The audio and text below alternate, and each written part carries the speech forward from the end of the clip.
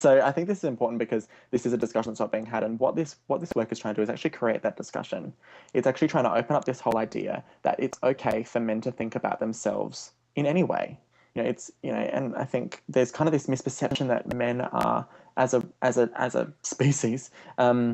quite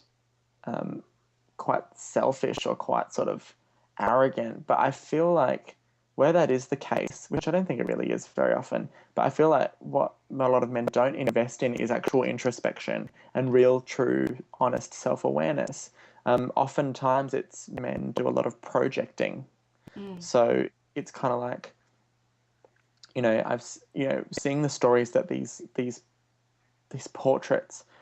obviously they demonstrate these beautiful discussions that I can tell these men have had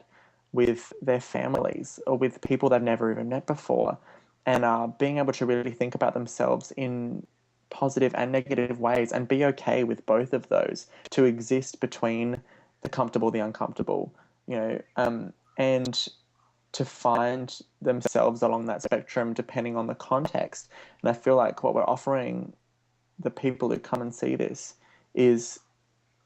a means to open a conversation that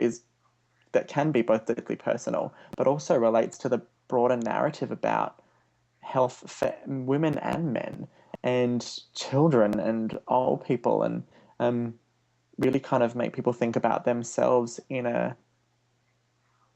much more considered way in terms of their health, their body, their happiness, their relationships. Like, we see so many things represented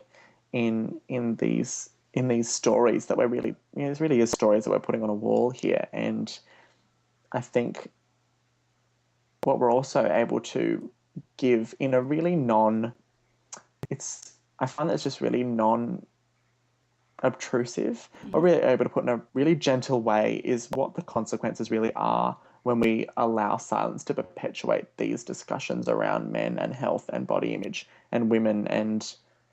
society and nature. All of those things come into play, and when we sort of don't allow each of those to play their role in people feeling good about themselves, there are real consequences. And I think we've really